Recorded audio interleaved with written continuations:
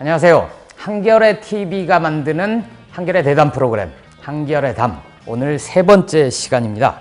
저는 시사게이트에서는 시민K로 활동했던 한겨레 김보혁 기자입니다.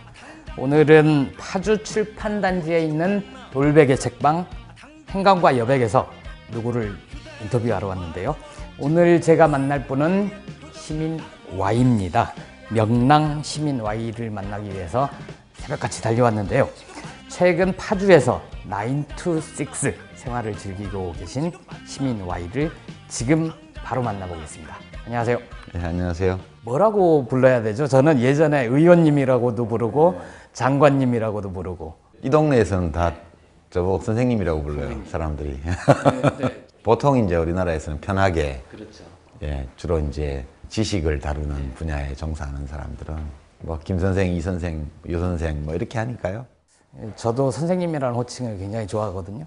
지금부터는 이제 선생님으로, 유 선생님 혹은 유 작가님, 예전에 의원, 장관은 다 있고 그렇게 부르도록 하겠습니다. 고맙습니다. 오랜만인데요. 정치를 그만두셔서 그런지 예전보다 머리도 많이 기르셨고 표정도 편해지셨고 복장도 좀 자유로워지신 것 같아요. 근황 좀 소개해 주시죠. 근황은 뭐 저도 생활인이니까 이제 제 일이 글 쓰는 일이고 그래서 근로기준법 따라서 9시 출근, 6시 퇴근, 그냥 책 읽고 글 쓰고 그렇게 지내죠. 근로 감독은 누가 하시나요?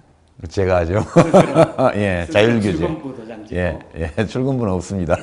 그렇게 규칙적으로 글을 쓰기가 쉽지 않잖아요. 이제 사람들 만나기도 하고 어떨 때는 술도 한잔 하실 때도 있고 스스로 잘 통제하지 않으면 그 시간을 지키기가 되게 힘들 것 같은데 어떤 비결 같은 게 있나요? 이제 사람을 잘 안 만나죠.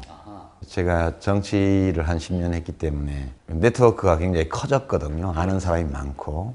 뭐 정치할 때는 잘 쫓아다니더니 그만두더니 이제는 코빼기도 안 보인다. 뭐 이런 얘기 듣더라도 저한테 적합한 크기의 그런 네트워크 인간관계로 이제 조정 중이라 그렇게 노력하고 있죠. 이제 그간 프로필에 많은 변화가 있었잖아요. 어떤 인터뷰 보니까 힐링 캠프나 아니면 무릎팍도사 이런 데 한번 출연하고 싶었다 이런 말씀 하신 적 들은 적 있어요? 아직도 섭외 전화는 안 왔죠? 오염된 사람으로 치나요? 그런가 봐요. 그래서 시민 Y 명랑 프로필을 준비해봤습니다. 시민 Y 유시민의 명랑 프로필 팍팍! 오늘의 손님 유시민 좌우명 패 끼치지 말고 살자. 경상북도 경주에서 태어나 대구, 경기도를 거쳐 서울살이 26년 차. 올해 54. 근데 생각보다 동안이시고요. 천진난만한 표정을 지을 땐 아직도 영락없는 20대 청년. 본업은 글쟁이, 지난 이력은 아주 화려합니다. 1980년 서울대 총학생회 대의원의 의장, 16대 국회의원, 보건복지부 장관, 2011년 국민참여당 대표, 2012년 통합진보당 공동대표, 현재는 정의당 평당원. 스스로 글쓰기를 생업으로 하는 자유인이라고 하지만 어쨌든 백수. 그러시죠? 지난 봄 너무 늦어버리기 전에 내가 원하는 삶을 찾고 싶어서 직업으로서의 정치를 떠나겠다며 정계 은퇴를 선언하셨고요. 전국의 많은 유시민 지지자들의 눈물을 왈칵 쏟게 했지만 새 책 노무현 김정일의 246분 남북정상회담 대화록의 진실, 이 책으로 보란듯이 작가 유시민을 스스로 증명하셨고요. 이미 10권 이상의 책을 세상에 내놓았는데 앞으로 지식 소매상으로서의 역할을 톡톡히 하고 싶다. 늘 그랬듯 자신이 원하는 인생을 찾아 또 다른 모험을 찾아가는 당신은 욕심쟁이. 뭐 어때요? 이 명랑 프로필은 마음에 드십니까? 아주 객관적으로 정리하셨네요. 지식소매상답게 부지런히 책을 쓰셨는데요. 이 책 노무현 김정일의 246분 대화록을 해설하는 수고를 자처해 주셨고 이 책을 쓰게 되신 동기 말씀 좀 해주시죠. 이제 남북 국정 최고 책임자들이 어렵게 만나서 한 4시간 동안 대화를 나눈 건데 원래 공개되면 안 되지만 어떻게든 뭐 어떻게 하다 보니까 어쨌든 공개가 됐어요. 그러면 이제 좀 읽어봐야죠. 그렇죠. 근데 잘 안 읽으시더라고요. 그리고 이제 그 내용에 대해서 여러 가지 억측이나 또는 다양한 해석, 그래서 이게 텍스트니까 글 다루는 사람들이 좀 합리적이고 냉정하게 이걸 읽고 독해하고 해석하고 참고할 부분 참고하고 그랬으면 좋겠다. 이제 그런 마음에서 읽어보니까 좀 어렵기도 하고 그래서 저도 그걸 잘 이해하려고 이제 공부도 하고 자료도 찾아보고 이렇게 하는 과정에서 관심 있는 시민들하고 같이 나눴으면 좋겠다. 그런 생각 들어서 쓰게 됐죠. 근데 오히려 그게 더 좋았던 것 같아요. 전문가가 아닌데 공부하고 해설을 하니까 이 눈높이가 일반 시민들의 눈높이 비슷하게 저는 책이 굉장히 도움이 많이 됐어요. 확실히 나중에 남북관계나 이런 쪽에 관심 있는 사람들은 반드시 읽어봐야 될 것 같아요. 뭐 전문가들은 읽을 필요 없고 이제 그냥 남북관계나 이제 남북 교류, 통일, 평화 이런데 일반적인 관심을 가지고 있는 시민들 이런 정도 수준에서 남북관계의 역사나 또는 남북 당국 사이에 이루어진 합의 또 한반도를 둘러싼 주변 국가들 특히 북한과 미국 사이에 이루어졌던 여러 합의나 그것이 엎어지는 과정 현재 핵 문제를 비롯해서 북미 관계나 남북 관계가 와 있는 상황 이런 것들을 포괄적으로 이렇게 이해하는 데는 이런 정도면 좀 넉넉하지 않나 그런 생각을 합니다. 부디 많이 팔려서 이 진실이 많이 알려지기를 바랍니다. 근데 머리 아프고 또 남북 관계는 다들 나도 좀 안다 이런 이제 생각들이 있으셔서 그런지 굳이 돈 주고 이렇게 사서 머리를 쥐어짜는 수고를 안 하시고 싶은가 봐요 보니까. 근데 굉장히 그 값을 할 거라고 저는 생각을 합니다. 그런 의욕을 가진 분들만 보시면 되죠. 알겠습니다. 제가 이 책 말고도 이제 어떻게 살 것인가도 다시 한번 또 읽었습니다. 그 책 읽으면 스스로 실패한 정치인이다 이런 대목이 좀 나왔어요. 지나온 시간을 되돌아보면 좀 권력의 정점에도 계시지 않았습니까? 그 정치 세계로부터도 떠나고 다 놓아버려졌는데 어떨 때 가장 홀가분하세요? 이게 우선 만나기 싫은 사람을 안 만나도 되는 거 그게 굉장히 큰 행복이에요. 정치를 하면 정치인은 세일스맨 비슷해가지고 뭐 우리 회사 제품 별로 안 좋아하는 사람도 만나서 회사 제품 좋다고 사달라고 얘기를 해야 되고 이제 내 시간을 그렇게 귀한 시간인데 진짜 좋아하고 사랑하고 서로 교감하는 사람하고 만나서 이제 살아도 시간이 부족한데 그 별로 만나고 싶지도 않고 마음속으로 싫어하는 사람 만나서 시간을 보내는 그런 고통? 이런 게 없는 것만 해도 굉장히 좋죠. 오늘은 즐거운 자리인 거죠? 오늘은 뭐 괜찮은 것 같아요.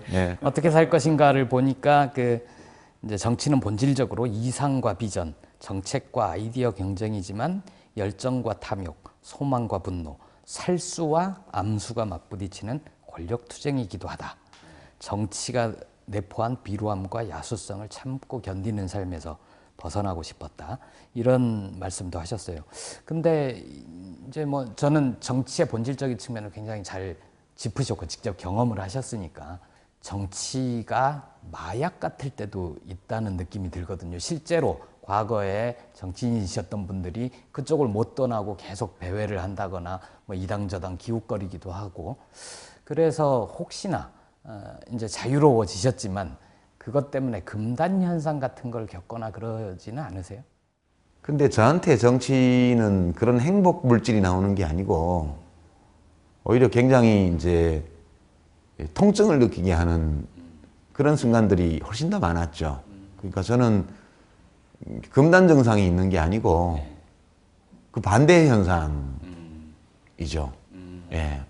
해방감 같은. 그렇죠. 아침마다 느끼죠. 그게 그전에는 막 새벽 6시에 나가고 일주일에 막 2번, 3번씩 조사 모임 있고 이러던 삶에서 이제 뭐 7시, 7시 반까지 정상적으로 자고 일어나서 아침밥 차려 먹고 세수하고 옷 갈아입고 내 입고 싶은 대로 입고 뭐 그렇게 내 하고 싶은 차림으로 그냥 그렇게 다니면 되니까 이게 너무 좋다 이렇게 생각이 되고 사람들이 못 떠나는 거는 그거보다 더 재미있고 또 자기가 살아갈 수 있는 다른 일들을 못 찾아서 그래요.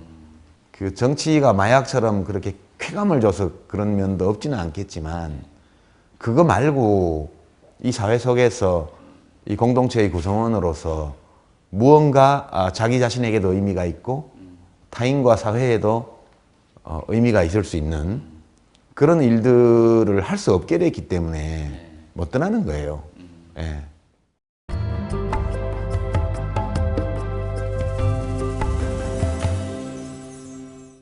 이번에 한결의 담을 준비하면서 저희가 이제 우리 독자, 시청자들한테 알리잖아요. 인터넷으로 웹자보를 만들어서 알렸거든요. 근데 올리자마자 질문들이 막 쏟아졌어요. 그래서 제작진이 굳이 이 질문을 만들 필요가 없이 제작진의 수고를 덜어주셔서 고맙습니다. 시청자 보내주신 질문 바로 들어가겠습니다. 아무래도 정치인 유시민을 기억하는 분들이 아주 많으신 것 같아요. 그래서 몇 개 정도는 포함되어 있습니다. 첫 번째 질문입니다. 단도직입적으로 묻겠습니다. 다시 노무현 전 대통령 같은 분이 나타나도 정치를 안 하실 겁니까? 네, 저는 이제 뭐 그런 분이 나타날 리도 없지만 또 그 아주 비슷한 분이 나타난다고 해도 그때는 제가 이제 나이가 뭐 40대 초반 그럴 때였고 젊을 때죠. 지금은 이미 50대 중반이 돼 있는 상황에서 또 새로 시작한다는 거는 저 개인적으로 어려운 일이죠. 나라 밖에서 정치 관련 뉴스를 보고 있자니 매일 점입 가경이고 이젠 뉴스를 보고 관심을 갖는 것도 너무 힘들고 지칩니다. 30대인 두 번의 대통령 선거를 했는데 두 번 다 패배의 경험이 있네요. 지난 대선 이후 저와 같은 청년들은 깊은 무력감을 느낍니다. 그리고 이 패배감이 잘 회복되지 않습니다. 이 시대를 살아가는 청년들은 어떤 역사적 의식을 갖고 살아가야 하나요? 네, 왜 역사 논쟁을 할까 이렇게 보면 역사 논쟁은 다른 거하고 달라서요. 다른 뭐 이제 뭐 정치라든가 또는 뭐 문화라든가 이런 이 논쟁 사항들이 많이 있지 않습니까? 근데 딴 거는 그냥 견해의 차이인데 특히 현대사에 관한 것은 단순히 과거의 역사적 사실에 대한 견해의 차이를 넘어서서 인생을 살아가는 각자의 삶의 태도하고 직결되어 있어요. 누군가의 역사관을 비판할 때는 그런 역사관을 가진 사람이 살아가는 방식이 마음에 안 든다는 뜻이에요. 그래서 이제 역사 논쟁은 굉장히 감정적인 격동을 동반하는 경우가 대단히 많아요. 자기 자신이 삶을 살아가는 방식이 그것도 역사의식이라고 저는 생각해요. 별다른 역사의식을 특별히 가져야겠다 이런 생각보다는 내가 삶을 어떤 방식으로 살아갈 거냐, 어떤 모양의 삶을 어떤 방식으로, 어떤 색깔로 이렇게 채워갈 거냐, 그 생각을 이렇게 하게 되면 역사를 보는 눈은 거기에서 자동적으로 파생되는 것 같아요. 제 생각에는. 그래서 결국 내가 속한 공동체와 나와의 관계를 어떻게 설정하느냐, 어디까지 세상의 문제를 내 삶의 문제로 받아들일 거냐, 이제 이런 거하고 관계가 있는 문제라고 봐요. 선택은 각자한테 열려 있는 거니까 스스로 잘 생각해 보셔야 되겠죠. 정치 얘기를 그만하려고 했는데 세상에 연애 질문이 들어왔습니다. 좋습니다. 얼마 전 어떤 아나운서가 나라가 이 꼴인데 연애는 무슨 뭐 이런 말을 했습니다. 나라가 이 꼴이면 연애도 하면 안 되는 건가요? 작가님의 책 어떻게 살 것인가에서 일, 놀이, 사랑, 연대의 중요성을 강조하셨는데 전 사랑에 특히 관심이 많습니다. 그래서 여쭙습니다. 개인의 경험에 비춰 연애 잘하는 방법을 알려주세요. 나라가 이 꼴인데 정말 개인의 행복을 위한 것들은 죄가 되는 걸까요? 연애를 잘하는 방법은 모르겠고 연애도 연애 잘 하세요? 아니요, 연애도 인간관계 중에 하나잖아요. 그렇죠? 모든 인간관계에 보편적인 어떤 원칙 같은 것은 있다고 봐요.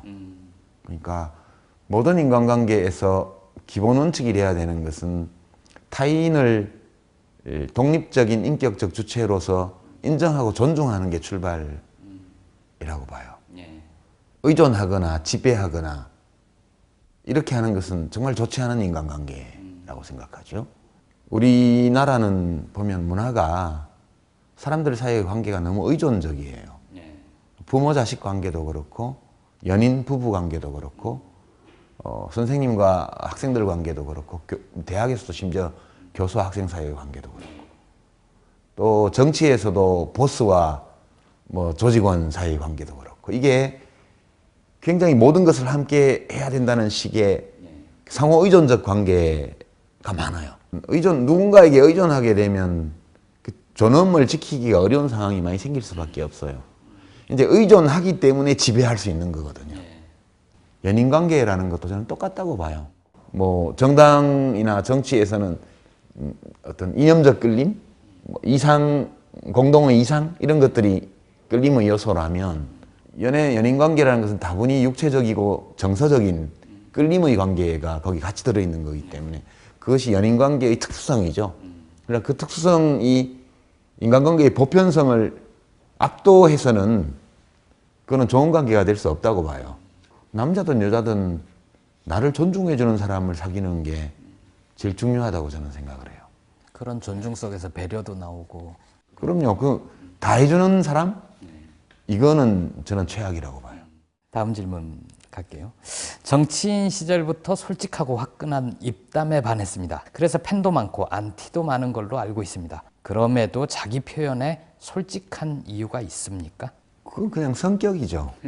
예. 그 이제 사람이 자기가 가지고 태어난 걸로 살거든요. 저는 그렇게 생각해요.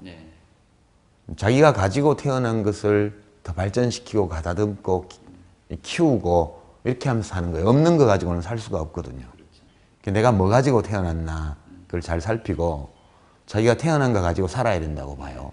자기한테 어차피 없는 거를 부러워하거나 가지려고 하거나 뭐 남이 그걸 갖고 있다가 질투하거나 이런 건 다 어리석은 일이라고 저는 생각을 하고 때로 자기가 가진 것이 세상하고 잘 맞아서 대박이 나는 수도 있고 예컨대 요즘 연예인들 제가 이제 에일리 팬인데 춤도 시원하게 추고 노래도 시원하게 하고 또 리듬도 잘 타고 외모도 시원하고 그래서 좋아요. 우리 딸나이지만 그 노래가 너무 좋아요. 그리고 노래의 가사도 지금 말씀드린 것처럼 아주 당당한 여자.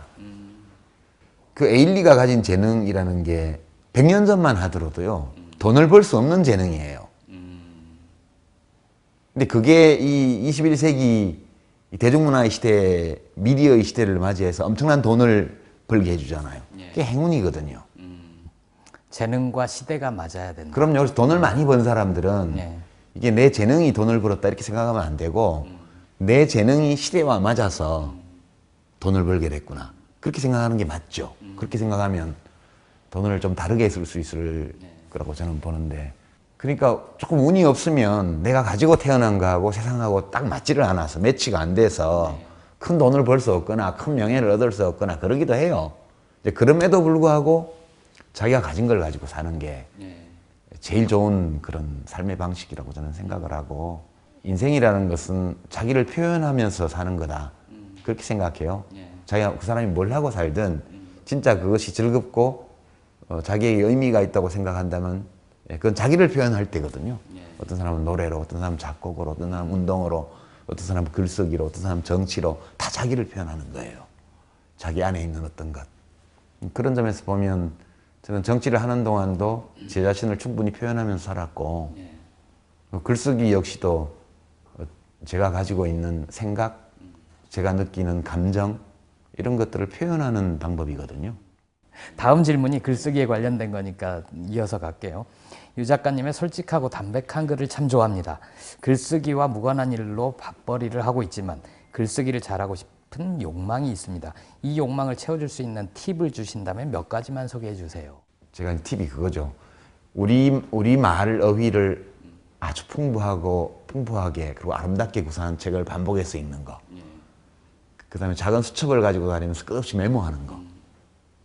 세 번째가 약간 공부가 필요한 거예요. 우리 글의 구조에 대한. 그러니까 우리 글은 그 기본은 말이 글보다 우선이라는 거예요. 먼저 말이 있고 그다음에 글이 있었어요. 순서로 보면 생각은 어휘가 있어야 하는 거고 그다음에 말, 그다음 글이에요. 말이 글보다 우선해요. 이호덕 선생님의 지론이었는데 고인이 되셨지만 항상 말이 우선이라는 거. 이 점을 유념하고 글을 써보면 자기 글이 휴가인지 이쁜지 알 수 있어요. 읽어보면 돼요. 읽어보고 자연스럽게. 읽어봐서 듣기 좋으면 그 잘 좋은 글이에요, 그게. 후불제 민주주의를 통해서 이명박 정권을 바라보는 우리의 자세에 대해 이 또한 지나가리라. 그런 마음을 가지라고 하셨습니다. 그렇게 견뎌왔습니다. 그런데 그토록 염원했던 정권 교체는 신기루처럼 날아가고 국정원 등 국가기관이 동원된 부정선거, NLL 논란 등 후한무치한 정권의 행태를 보면서 하루하루 견디기가 또 힘듭니다. 질문 드립니다. 저희 같은 소시민들은 어떤 자세로 박근혜 정권 잔여 4년을 견뎌야 할까요? 이 또한 지나가리라는 더 이상 위로가 안 됩니다. 국민들이 정치에 관심을 끊지 않도록 진정성 있는 답을 주시면 고맙겠습니다. 5년 만에 잘 안 바뀌어요. 재미있는 여론조사들이 가끔 있는데 전직 대통령 선호도 조사 같은 거요. 보면 어느 여론조사 회사에서 정기적으로 하던데 10월에 조사가 다시 나왔는데 이번에는 이제 현직 박근혜 대통령 포함해서 최근 4사람의 대통령과 박정희 대통령 5사람을 놓고 했어요. 여기서 이제 1등이 노무현, 조금 더 떨어진 2등이 박정희, 그 3등이 김대중, 4등이 박근혜, 이명박 대통령은 막 1점 몇 프로 이렇게 나왔던데 그것도 합쳐보면 역시 이제 48대 45.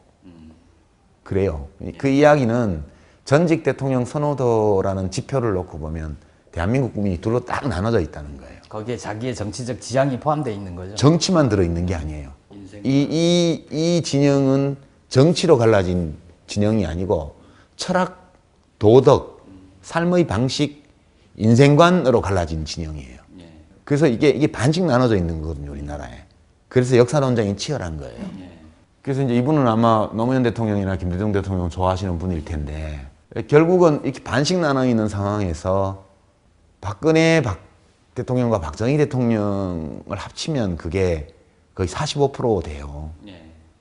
그 힘이 이 정권을 또 만든 거 아니에요. 그러니까 이제 꼭 바꾸기를 원하신다면 앞으로 4년간 1년에 최소한 한 사람씩이라도 이 설문에서 그 김대중 노무현이 아닌 다른 대통령을 다 뺐을 것 같은 사람을 1년에 한 명씩 설득하시면 설득의 방법은 여러 가지가 있겠죠. 그거는 누가 더 훌륭하다는 정치적인 설득이 아니고 결국은 삶을 대하는 태도 면에서 다른 사람을 감화시켜내야 되는 거예요. 그렇게 스스로 목표를 설정해서 이제 금년에 한 사람 이렇게 해서 앞으로 5년간 금년 포함해서 5명씩만 이렇게 해주시면 저는 확실히 바뀐다고 보죠. 그렇게 지나간다는 것은 그냥 지나가는 게 아니에요. 누군가가 그런 노력을 하기 때문에 지나가게 되는 거거든요. 이런 것들이. 그러면 잘 될 것 같아요. 어떤 논쟁을 통해서 바꿀 수 있는 게 아니에요. 결국은 김대중 노무현 대통령을 좋아하는 사람들의 삶의 태도 이런 것들이 다 그렇지 않은 사람들에게 좋게 비춰졌을 때 인생관의 접근이 이루어지는 거고 투표행위라는 것은 그것도 표현행위거든요. 자기 삶의 철학을 표현하는 거예요. 민주주의를 하는 모든 나라에서는 또는 일반적으로 모든 나라에서는 그 나라의 정부의 수준은 국민 수준을 반영한다. 그런 것이 그런 얘기라고 저는 생각해요. 방금 질문하고 이어서 좀 드리면 그 어떻게 살 것인가 책은 2013년 3월에 나왔으니까 그 전에 집필을 하신 거잖아요. 2013년 3월과 지금은 좀 상황이 달라지지 않았나요? 그 당시에는 국정원의 대선 개입이나 이런 게 좀 의혹 수준이었다면 지금은 부족하나 막 검찰 수사에서 드러난 것만으로도 이 선거가 정말 정당성이 있는 거냐라는 의심을 할 만한 상황이잖아요.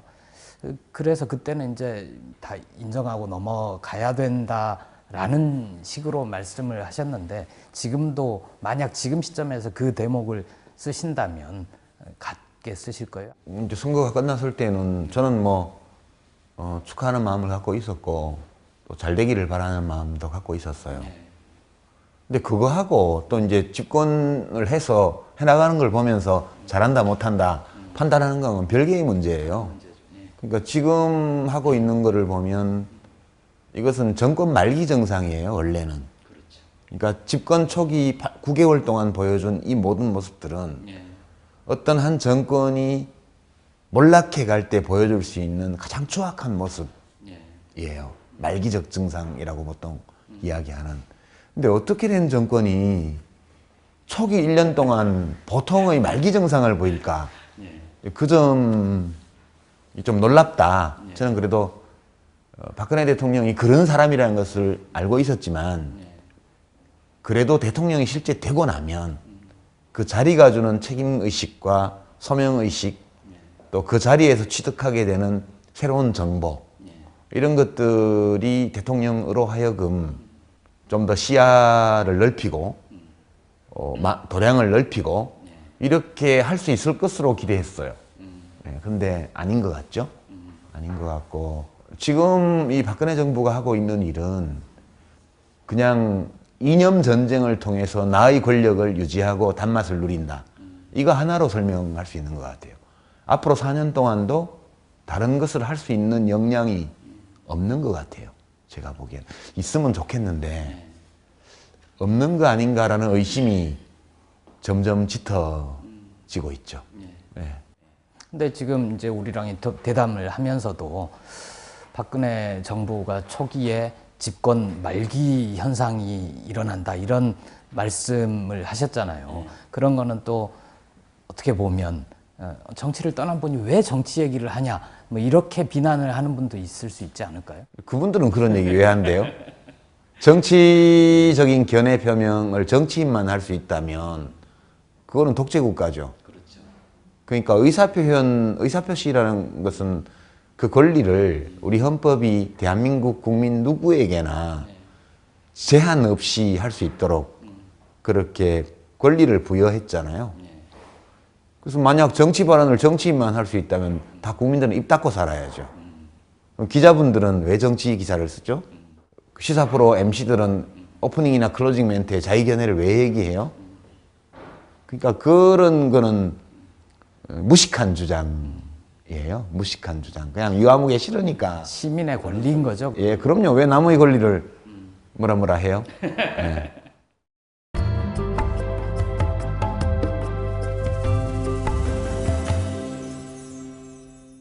아까 시민의 첫 번째 질문, 노무현 전 대통령 같은 분이 다시 돌아오면 유시민도 돌아올 거냐, 안 돌아올 거냐, 뭐 이런 질문이 있었는데 그 질문에서는 이런 생각도 가능할 것 같아요.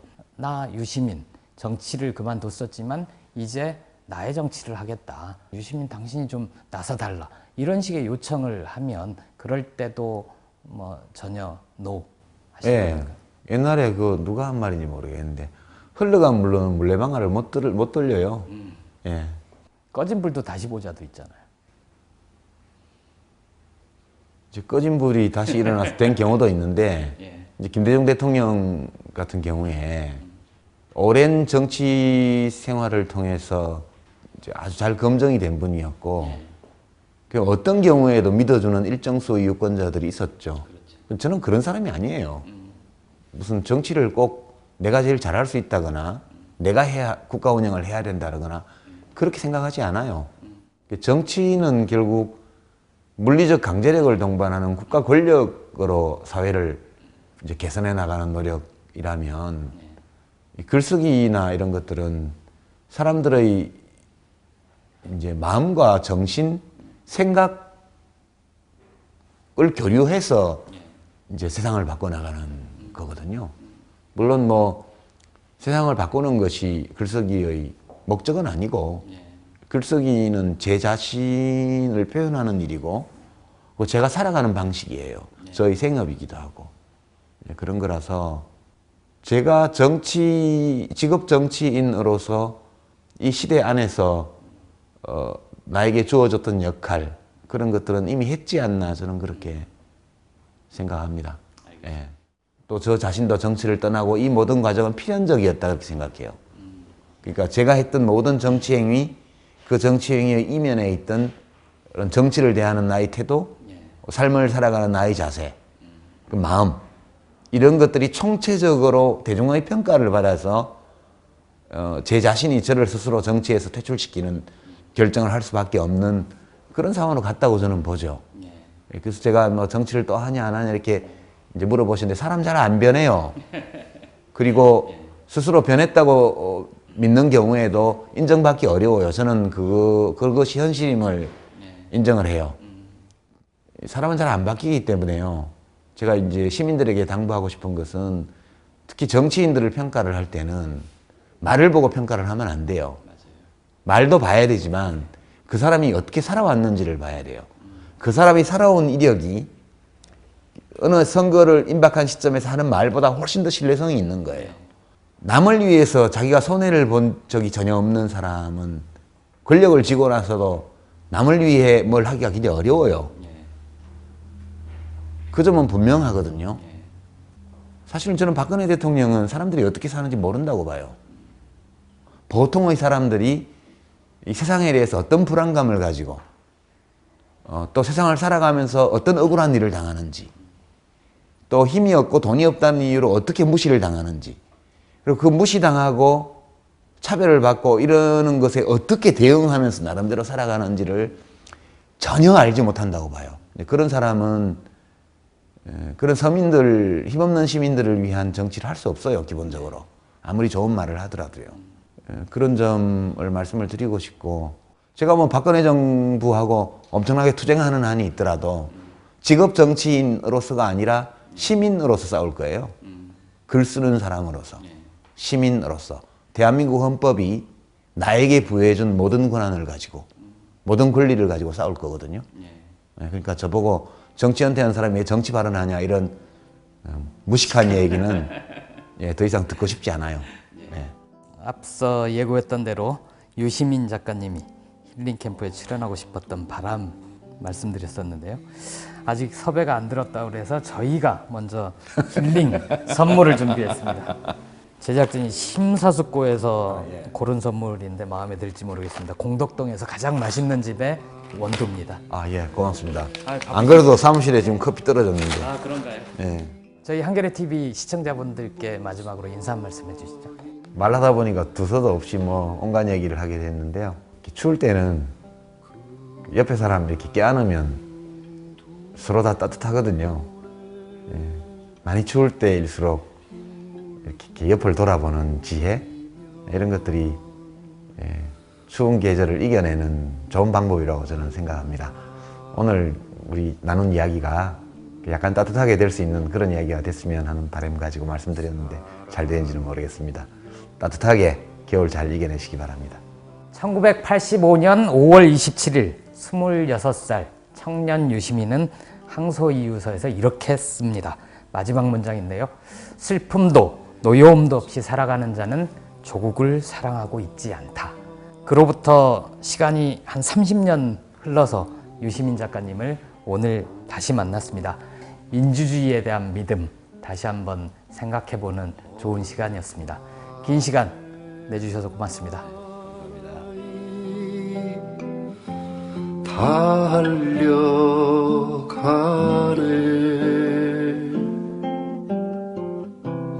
그 더운 가슴에 바람 안으면